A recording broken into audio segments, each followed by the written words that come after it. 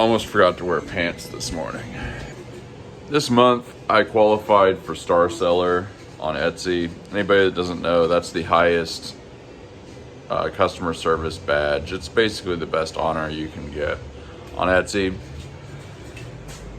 But, and most months I do,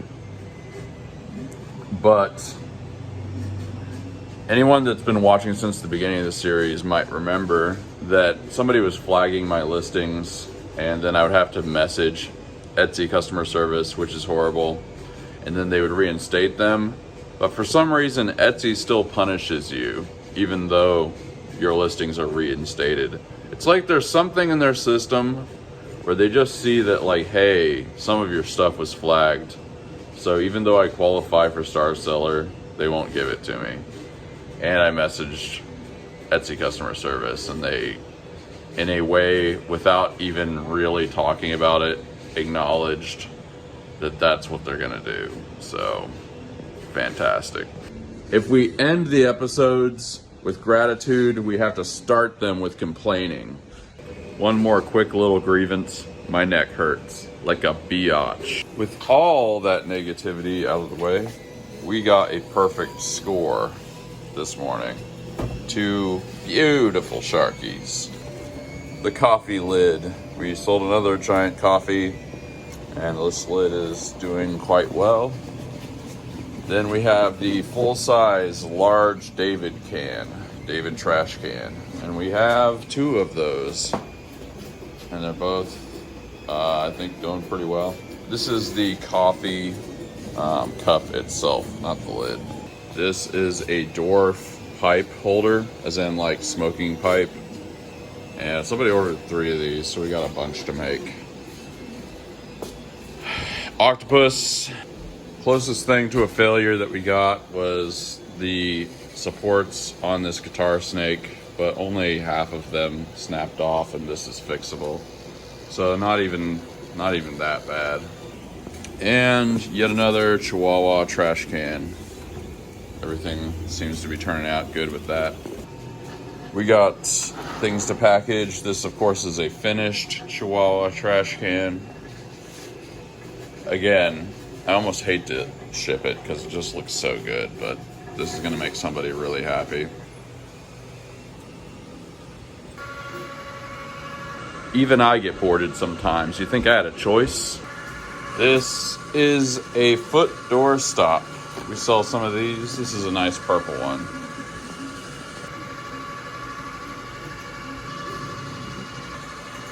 Black and white David, a mainstay of the industry. Another big Sharky boy, about to put eyes on him. He's going off to his forever home. Felt like just taking a second to appreciate. This has been working super consistently. The temperature's consistent. It's really working quite well.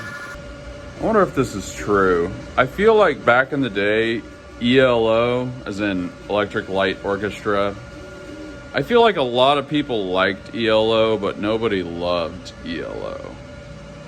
It feels like they didn't have any, like, just die-hard, absolute favorite band kind of fans.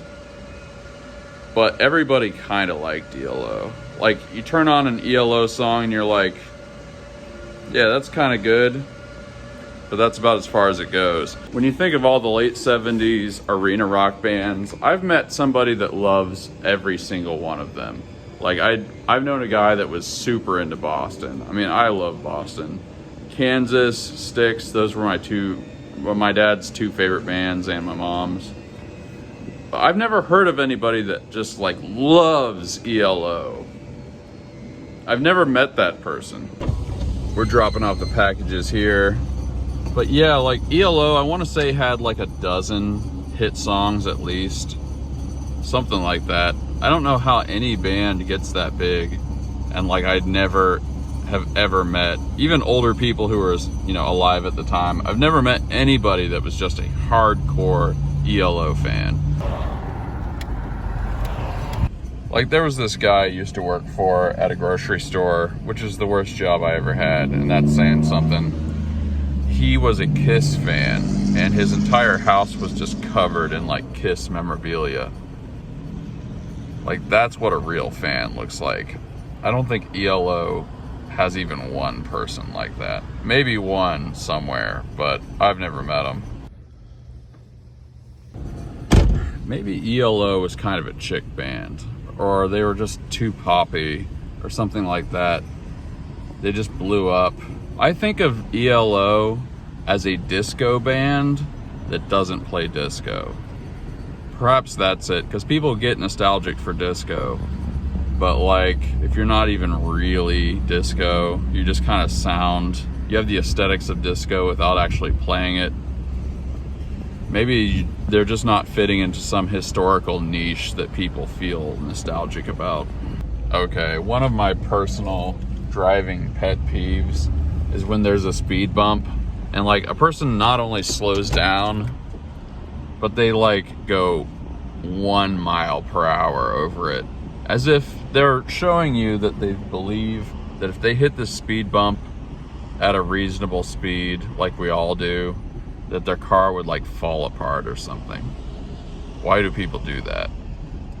Maybe you guys haven't seen that, but like, I'm talking like just slows down to the point where they're almost stopped. And it's not even like a big speed bump. It's not one of those monster ones. It's like something you would see in an apartment parking lot or something. Maybe it's just that most people don't understand physics. To them, there's no difference between driving over a speed bump and driving over like the side of a cliff or driving over a mountain. Still not used to this being classic rock.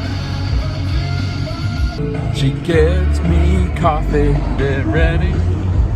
Coffee, little thing called love. Time to get dunked. Still got kind of a bit of a headache. Decided to go with a medium. Feeling a little too caffeinated.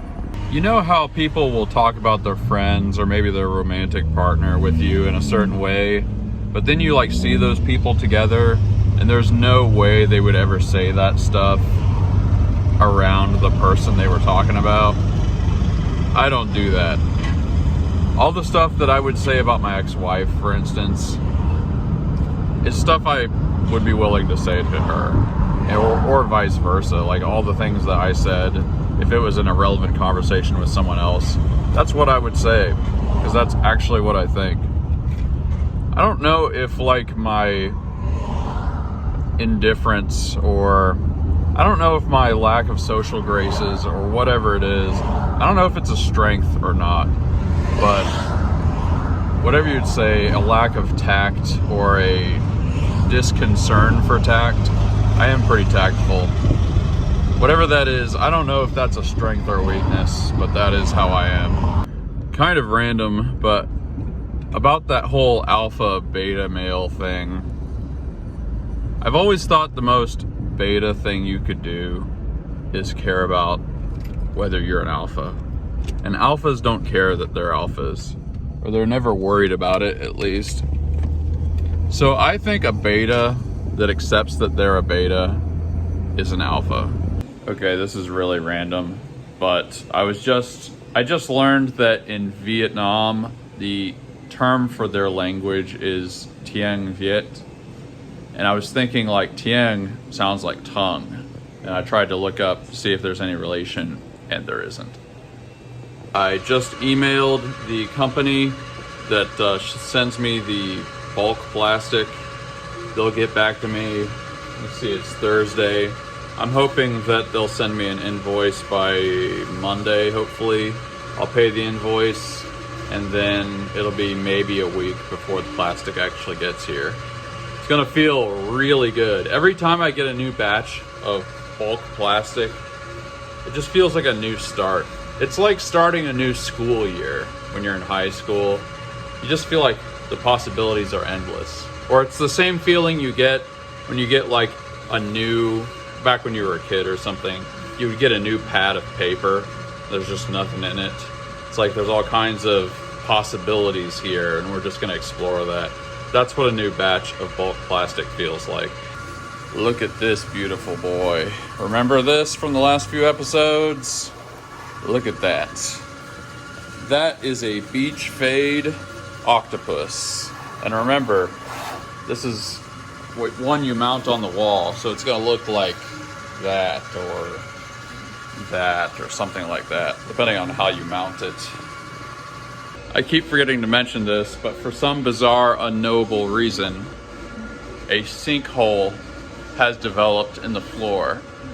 I'm gonna have to message the landlord about this, but you can see that the wood strips, whatever we call them, are quite disturbed.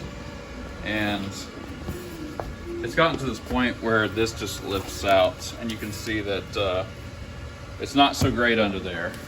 So hopefully they will fix this. It hasn't just been the big stuff selling more, the normal size stuff is selling more as well. So we've been getting some of these older printers into the game. As you can see, it's been a while. And yeah, I have a lot of printers that just aren't getting used because we've kind of, for one thing, a lot of these printers are only used during Christmas because it just sales quadruple. You just need more printers.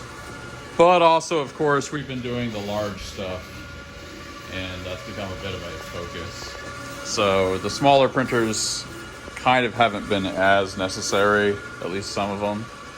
But we're getting a few of them back in the game because even the small stuff is selling pretty good now. About to take pictures of the Octo, but I wanted to show you guys a little trick. I don't know if you ever knew this, but if you've got something that has two wall holes, wall mount things, I like to just get a piece of tape and put that over it.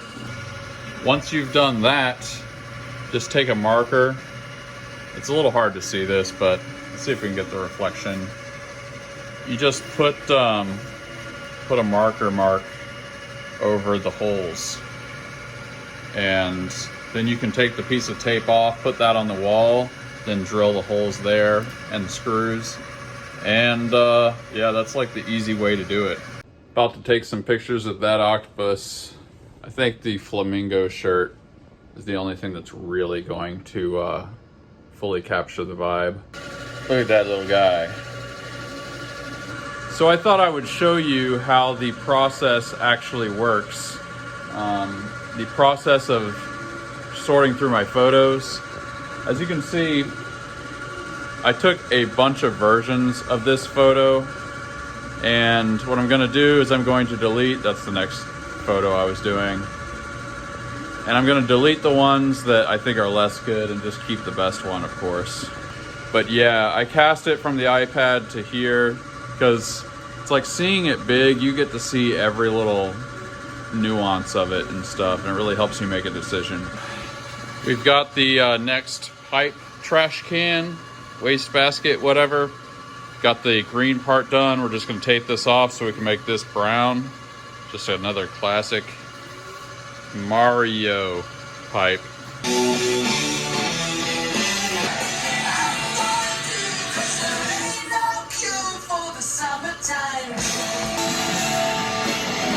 There's something happening here. What it is ain't exactly clear. If somebody gave me a polygraph and they asked me if I like Rush, the polygraph would explode.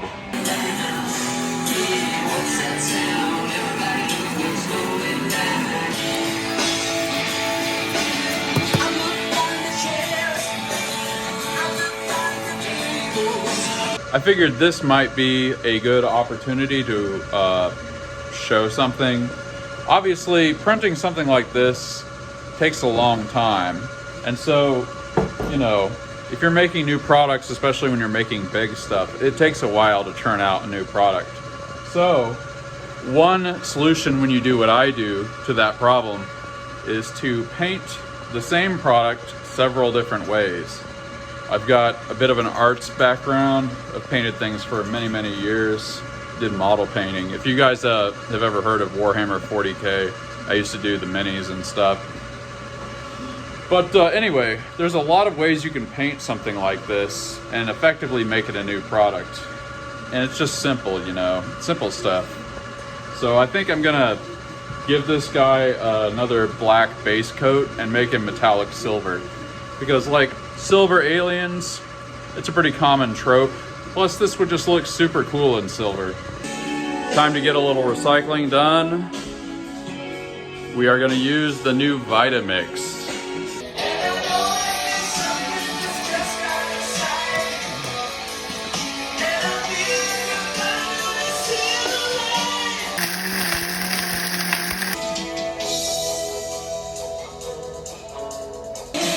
You can tell that used to be part of a shark. And now it's pieces. May God have mercy on our souls.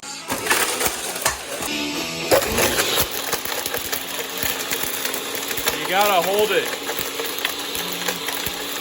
All the pieces were like this. Just remember that.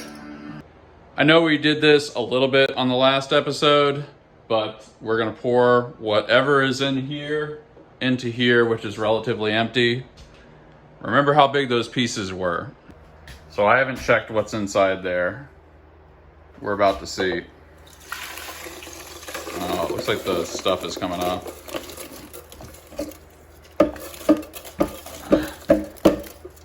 I might have to take this rubber stuff off, but that's pretty much like almost granulated from whole entire like big old pieces of plastic. And there aren't like big pieces left in here. Like that annihilated that plastic. This thing's a game changer. It might be, I mean, we'll see how it goes, but if I ever need more of these, I might be buying this exact kind. I'll tell you all my lies. Hey baby, it's an hour to 8. I feel I'm in the mood. We're gonna try this one out.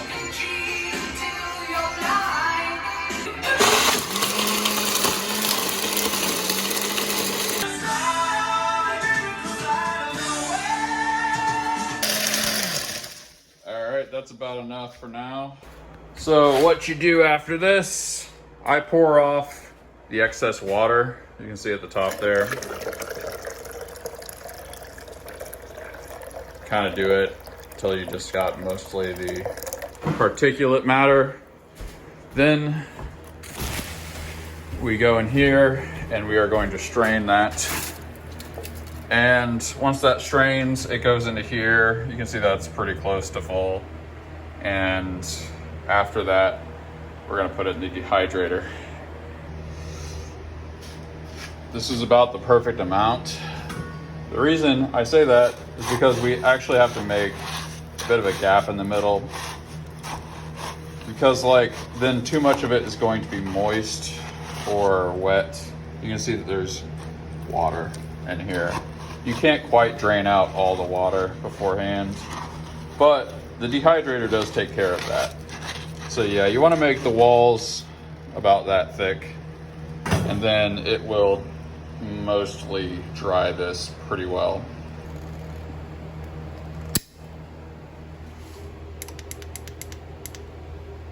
It's about enough recycling for now. Whew. That was only an hour, but I've gotten to where I can produce the material faster, and especially with that Vitamix blender, it's so powerful that it just blends that stuff really quickly.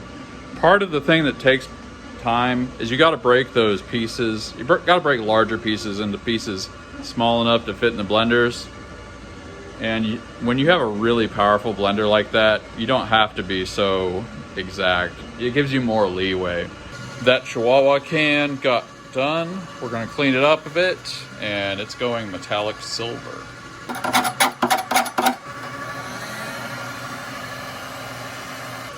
Here's the pipe trash can and the big reveal.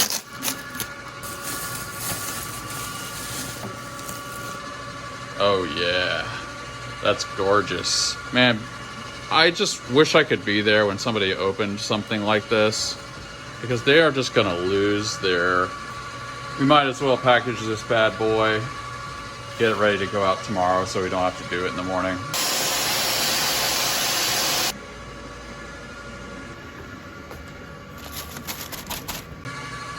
The new paint scheme for the alien. Everybody loves a nice silver fade. You still got the dark spots and stuff, or the highlights and shadows. So that's fun. Really looks pretty good in silver. And we'll probably make that a product tomorrow. Got another guitar snake. We used up kind of the last of the fuchsia filament there. But I believe this guy is going gold. Last item for the day, this octopus, I believe, is going gold. All right. Ooh. What a day. Yup, got a ton of stuff done today. Woke up sleepy and stayed sleepy and am sleepy. Guess what I'm grateful for today is that Vitamixer, which is a blender. I don't know why it would be called mixer. That's kind of weird. But, I mean, I guess a blender does mix things. But I am grateful for it. It is an absolute beast. It's a little bit scary. It's actually the most powerful and effective blender I currently have. Everything's printing right. There aren't any real problems with basically anything. Keeping up with orders pretty well. It's everything you could want. I'm grateful for you guys, grateful that people actually find this interesting. I try to make it interesting, but I also try to make it honest. And I don't want to make it so interesting that it stops being honest. So there's that. But write down in the comments what you're getting into, what you're grateful for, what projects you're working on. I read comments, I respond to them, and yeah, let me know. Peace out.